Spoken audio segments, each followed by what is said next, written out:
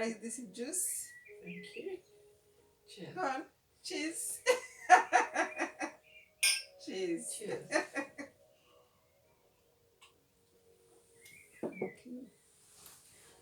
Hey, twongeye kunezerwa hano kuri Pure Gold Channel.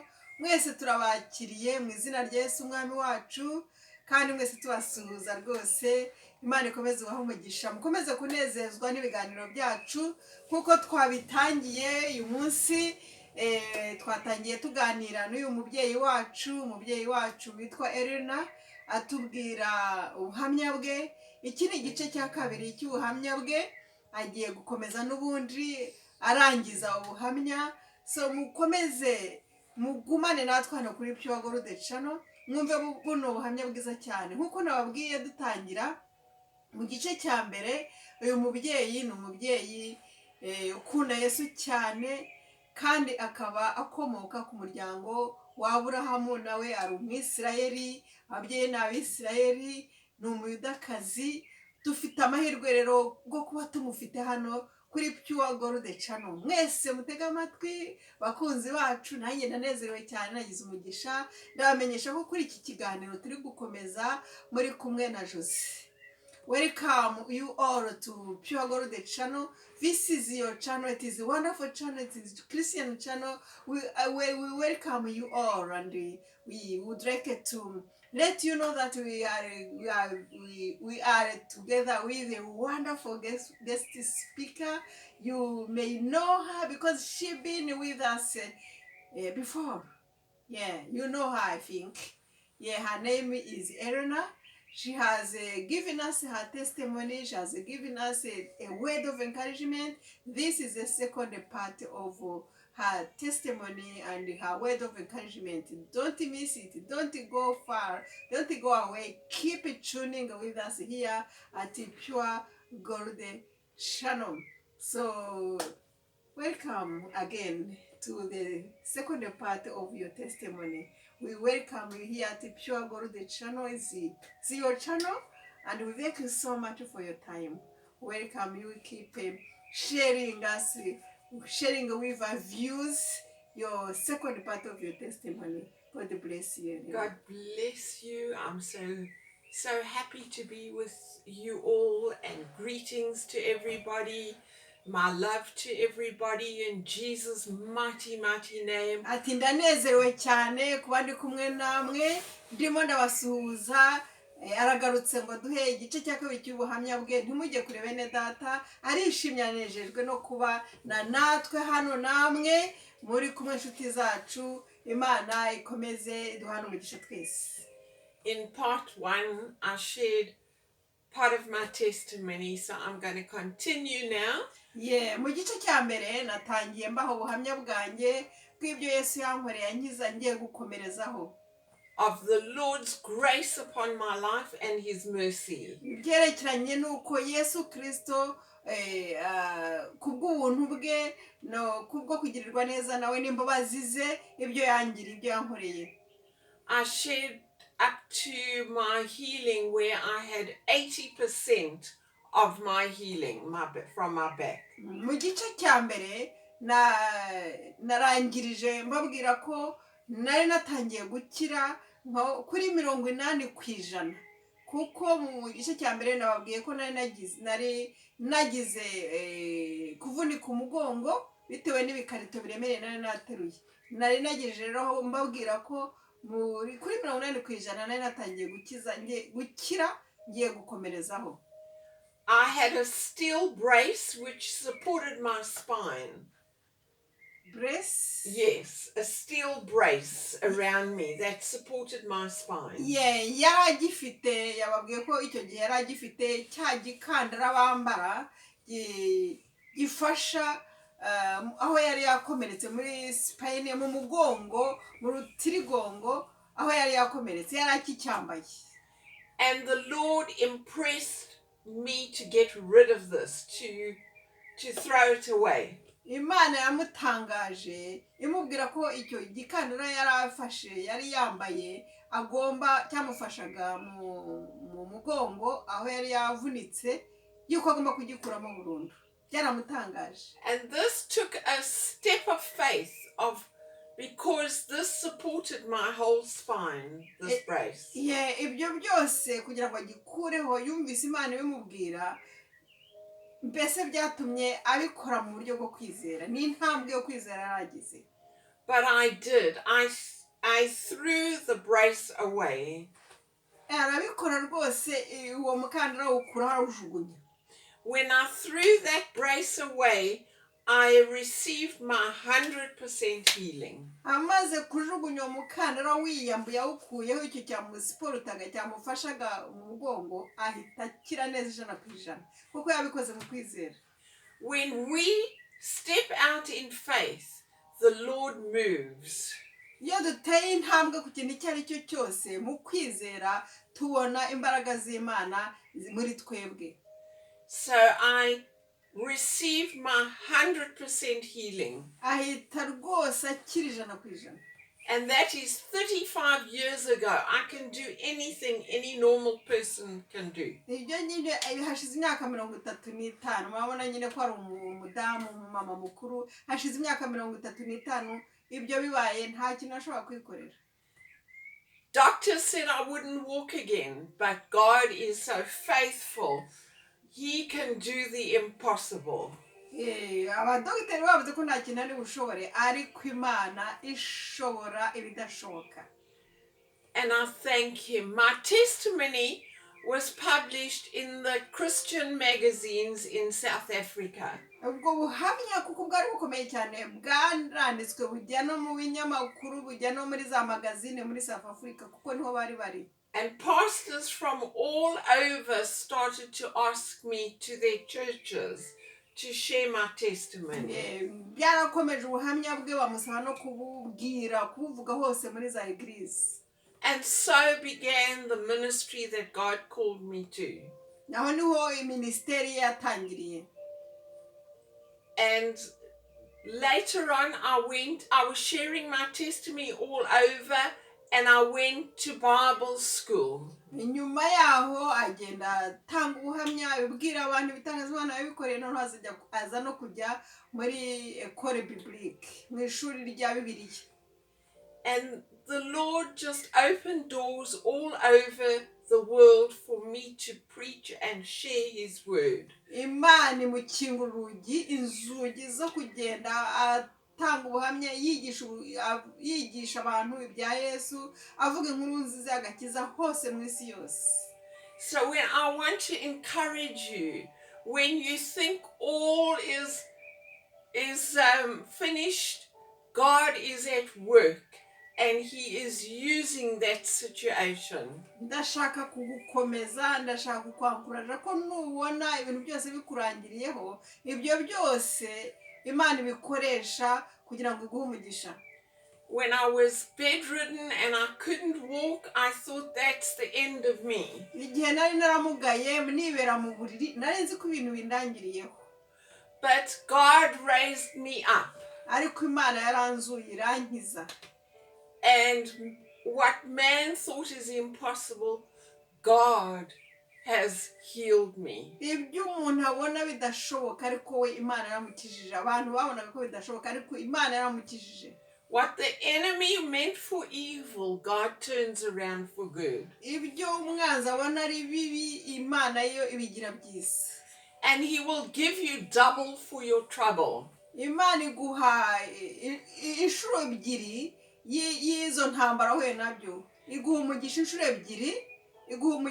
ebyiri, zirengeje ibyo bibazo waciyemo. As with Job, when Job lost everything. Ni nka Yobu wari warataye ibye byose, wari warabuze ibye byose. And in the end, Job got double of everything for his trouble. Ariko kubera kwizera kwayo Imana yamukubiye inshuro ebyiri mu byo yari yarabuze. And the Lord uses situations. He trains us. We have to go through things. It's part of His training. Imana ishobora kwemera ko tunyura mu bikomeye, ariko ibigira ngo itwigishe, duhe formation, mbese ni nk'amasomo tuba turimo. And I've seen many miracles in my life. nabonye ibikomeye byinshi cyane mu buzima bwanjye. One evening, I was preaching the word on healing umunsi umwe umugoroba umwe nari ndimo kwigisha mu byerekeranye no gukira uburwayi in a church in Europe, muri eglise imwe mu Burayi. and I was sharing my testimony, nari ndimo mbwira abantu ubuhamya bwanjye, and there was a lady in the front row. hari umudamu umwe wari wicaye ku ntebe y'imbere. She had cancer and she was very sick. uwo mudamu wari wicaye ku ntebe y'imbere aho mu rusengero aho narindi yari afite kanseri arwaye cyane. She was yellow. yari yarahindutse umuhondo muri we mu maso ye. And as I was sharing my miraculous testimony of my healing, ndimo ntanga ubuhamya bw'ukuntu Imana yankijije, she had faith. yari afite kwizera muri we. It built her faith. noneho kwizera kwe kurazamuka. And she was healed in her seat. Wow. muri ako kanya yicaye yahise akira kanseri. Nobody laid hands on her. God did the healing in her seat. nta muntu n'umwe wigeze amusengera ngo amurambikeho ibiganza, Imana yonyine yo mu ijuru yamukijije aho yari yicaye. She felt heat go through her whole body. yahise yumva ubushyuhe mu mubiri we. And she jumped up screaming. yahise asimbuka asa nkaho ataka ariko afite ibyishimo byinshi muri we, anezerewe. She said, I'm healed, I'm healed. ahita asakuza urusaku rw'umunezero avuga ati ndakize ndakize. And she went for a scan 2 days later. hashize iminsi ibiri ajya kwinyuza mu cyuma ngo barebe ko yakize. And there was no cancer. Amen. barebye bamwinjije mu cyuma icyo bita scan basanga nta kansa afite mu mubiri we. God is so faithful. Imana niyo kwizerwa. Hallelujah. Hallelujah. Amen, amen. Amen. And then a couple of years ago in South Africa, mu myaka ibiri itambutse muri South Africa, my neighbors had a little dog. umuturanyi wanjye yari afite kabwa gato cyane. And the dog fell in the swimming pool. noneho ako kabwa iyo mbwa igwa aho bogera muri swimming pool harya hino. How do you call it in Kinyarwanda? Yeah, swimming pool. aho bogera. Yeah. And it drowned. It was dead. iragenda nyine igwa aho bogera muri swimming pool ihita ipfiramo irapfa ako kabwa karapfa. And my neighbors came to call me. noneho umuturanyi wanjye araza arampamagara. And I ran next door. Sorry? I ran to my neighbors. Yeah, ku muturanyi we. And they ahita yirukanka ajya ku muturanyi arirukanka ajyayo. And they brought the dog that was dead and put him on my lap. afata ka kabwa kapfuye aragakikira agashyira ku bibero bye. With a towel. ni na eswime agashyiraho ni towel na eswime. The dog was lifeless. Lifeless. ako kabwa wapi nta buzima kari gafite. No life. No life, nta buzima kari kapfuye. And the husband, the wife, and the sons, the 2 sons, brought a chair around. They were sitting around and I had the dog on my lap.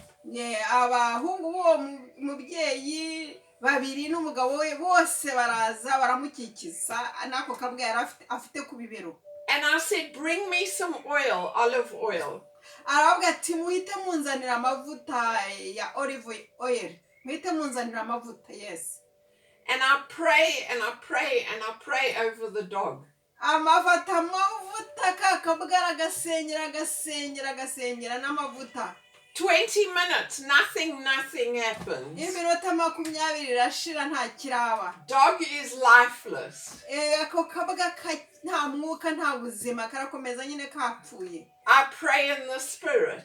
uyu mubyeyi arakomeza arasenga mu mwuka. And then I put my hand on the dog. noneho aza gushyira ikiganza ku mbwa. And I said, in Jesus' name, aravuga ati mu izina rya Yesu I speak resurrection life. ahita avuga ati ngewe aka kabwa ni kazuke kagira ubuzima. I speak life to you. aravuga ati nge mvuze ubuzima kuri wowe. And the dog jumped up. akabwa gahita gasimbuka. And the dog ran to his bowl. akabwa karasimbuka gahita kagenda kagwa muri boro yako. And he drank water. karagenda kagwa nyine mu gisorori aho kanywera amazi. And he eat food. gahita kajya no kurya ibyo kurya byako. And the dog lived for 7 years afterwards. nyuma yaho akabwa kabaho imyaka 7 yose. Now that was a miracle. icyo cyari gitangaza. Because my neighbors did not believe in Jesus. kuko uwo muturanyi we ntabwo yizeraga Yesu Kristo. My neighbors were Jewish. kandi uwo muturanyi we nawe yari umuyahudi. And they knew. Yeah. And they knew who I believed in. kandi bari bazi yuko nawe uyu mubyeyi nawe yari umuyahudi ariko bari bazi ko yizera Yesu. And God did the miracle to show them how great He is. Imana yakoze icyo gitangaza cyo kubazurira imbwa kugira ngo yerekane imbaraga zayo. I've seen many miracles like that. ati nge nabonye ibitangaza byinshi nk'ibyo. When my children were small, igihe abana be bari batoya, I was driving into an area that was dangerous in Cape Town, South Africa. umunsi umwe arimo atwara imodoka ajya ahantu hatari umutekano na rimwe, arimo ahatwaye imodoka muri Cape Town muri South Africa, hatari umutekano na rimwe. It was very dangerous for a woman to drive there on her own with my children. aho ngaho nta mutekano wari uhari ku muntu w'umubyeyi kugira ngo hatware imodoka wenyine n'abana, nta mutekano. And I dropped my colleague from work at his home. aragenda atwara n'inshuti ye mu rugo rwe bakoranaga, aragenda amuha lifti amugezi we uwo bakoranaga. And I tried to come out of that area and I couldn't find my way. They did not have sat-navs in those days. They didn't have, oh, okay, yeah. I got lost. Yeah. aho ngaho yari amaze guha lifti uwo mugenzi we bakoranaga kubera ko batari bafite ibintu babayobora bya sat-nav. abazi sat-nav murayizi ntabwo icyo gihe zariho, noneho ahita ayoba inzira aratakara neza. Yeah. I couldn't find where the main road was. ntabwo yananiwe kumenya aho umuhanda mukuru wari uri. It was like a jungle everywhere. hari hameze nk'ibihuru aho yatakariye hose akikijwe n'ibihuru. So all my doors were locked and I just prayed. ahantu hose nyine the doors of the car. Doors of the car were locked. Yeah, noneho afunga inzugi zose z'imodoka ye ahita asenga. And then I look on my side, on my window. ahita areba ku ruhande rwe mu idirishya ry'imodoka. There's a tall man standing next to my window. hari umugabo muremure cyane wari uhagaze iruhande rw'idirishya ry'imodoka ye. He looked at me and he said, "You lost."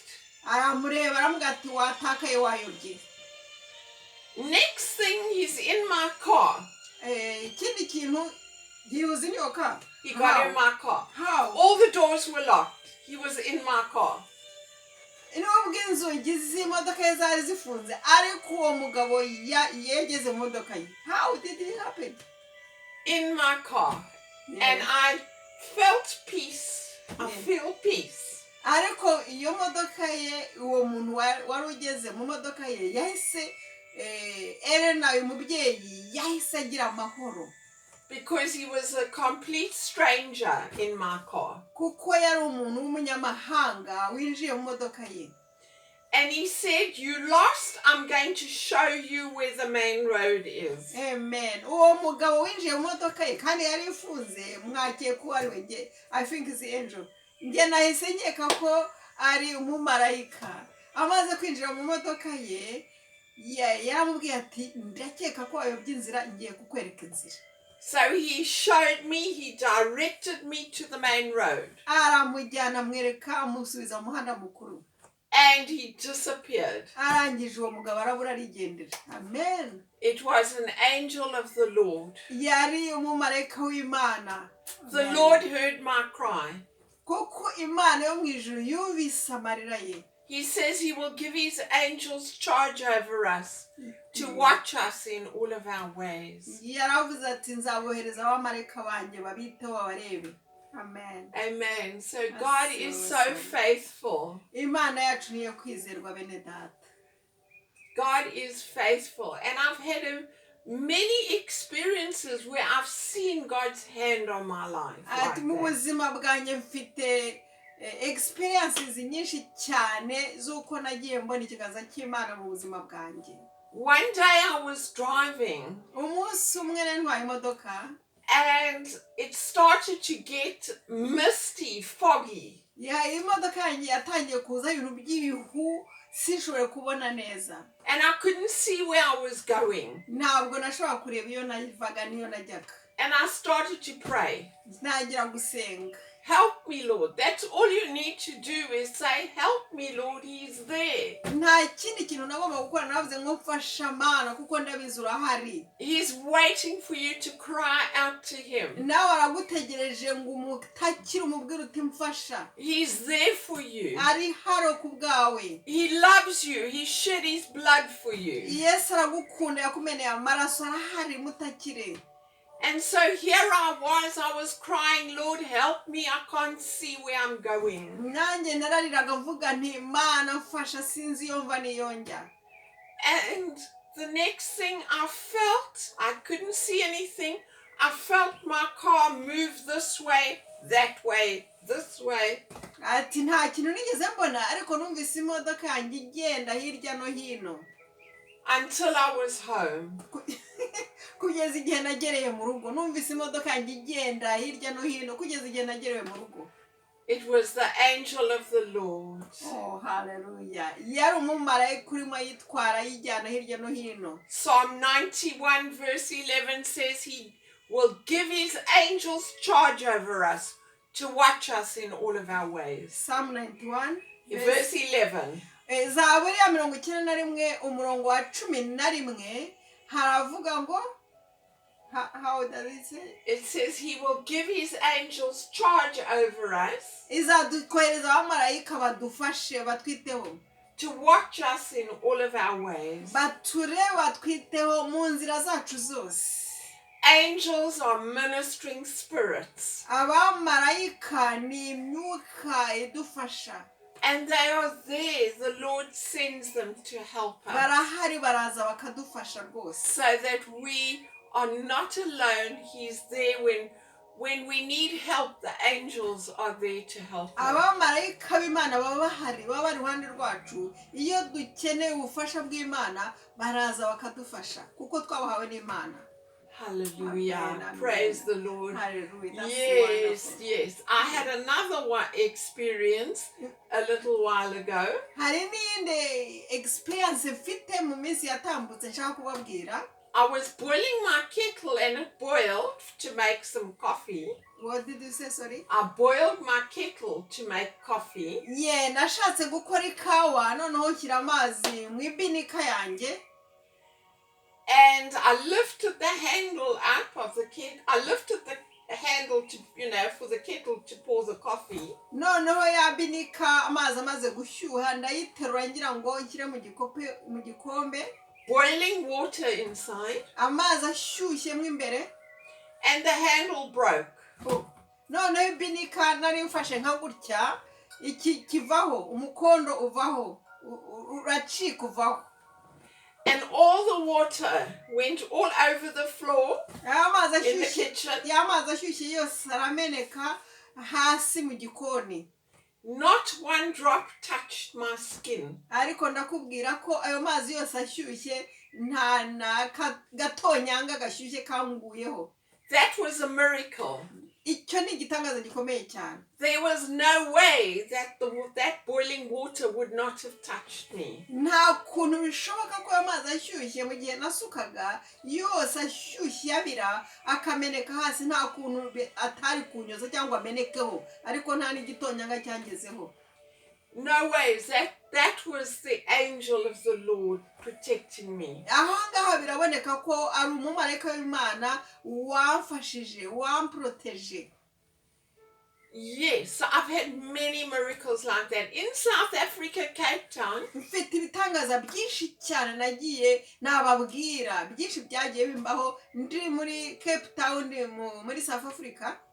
my flat, the flat that I lived in, Apartment nabagamo was on the ground floor, yari kuri level yo hasi, and the street was right next to the flat. umuhanda wari uri hafi ya apartment yanjye kuko nandi kuri level yo hasi, With hundreds of people walking past. hari abantu bahoraga bagenda abantu benshi cyane, amajana n'amajana.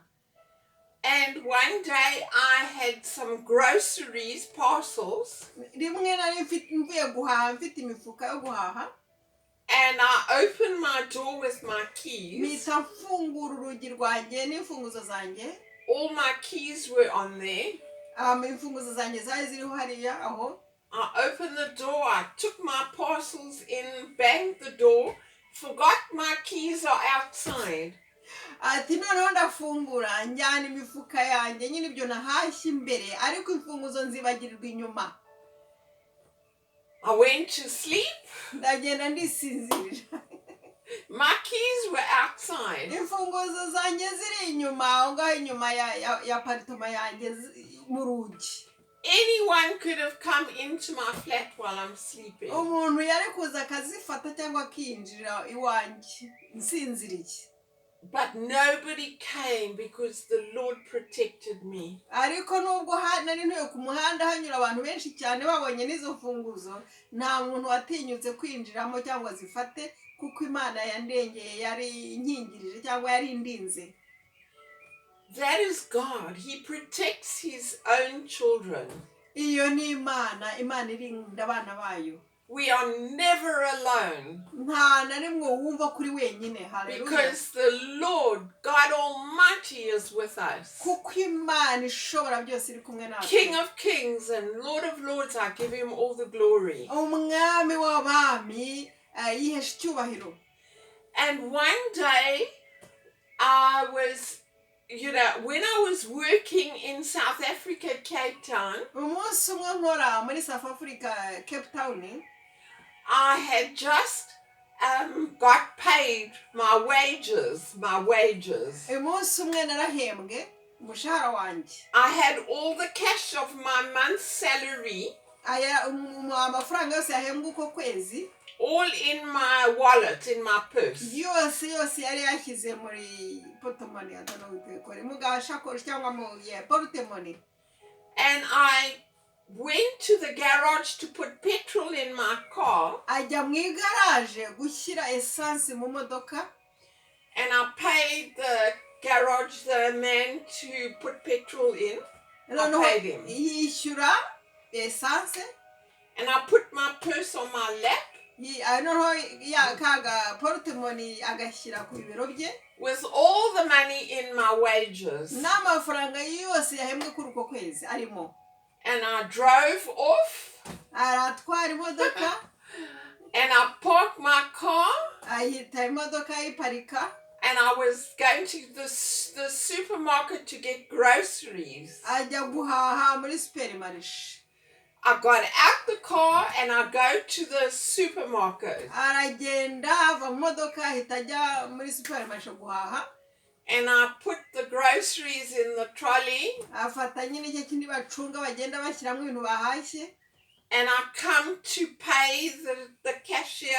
Agiye kwishyura, ajya kwishyura aho babandi nyine bacuruza bicaye aho. My purse, my money was not in my bag.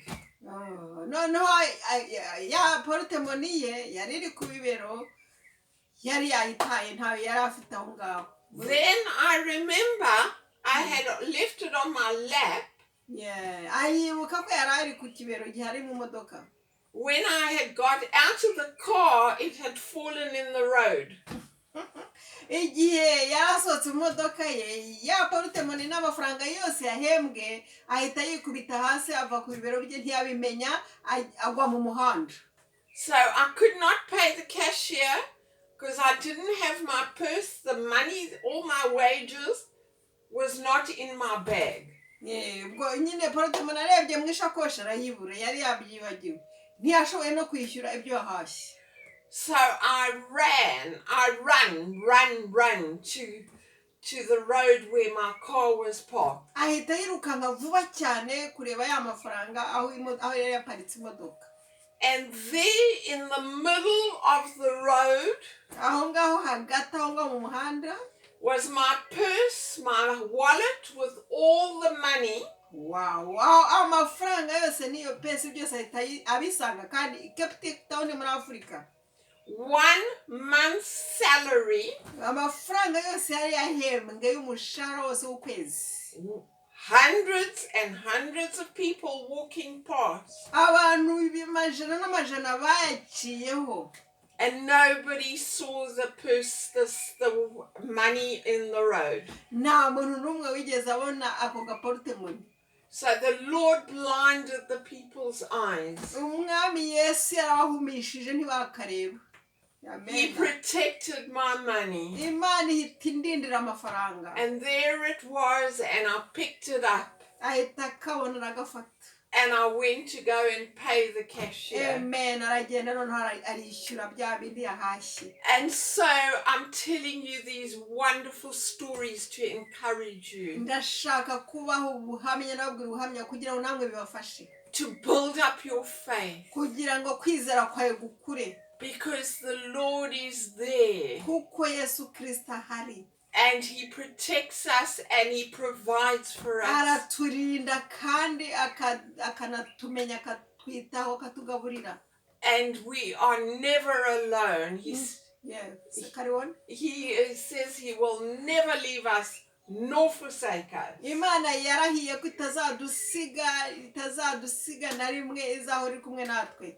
So from the day I committed my life to Him, icyo gihe nyine kuva namwakira, I've seen His hand on my life. Kuva namwakira nagiye mbona ikiganza cy'Imana ku bugingo bwanjye. I've seen His hand on my family. Nabonye ikiganza cy'Uwiteka ku muryango wanjye. Amazing, amazing miracles. Ibitangaza n'ibitanga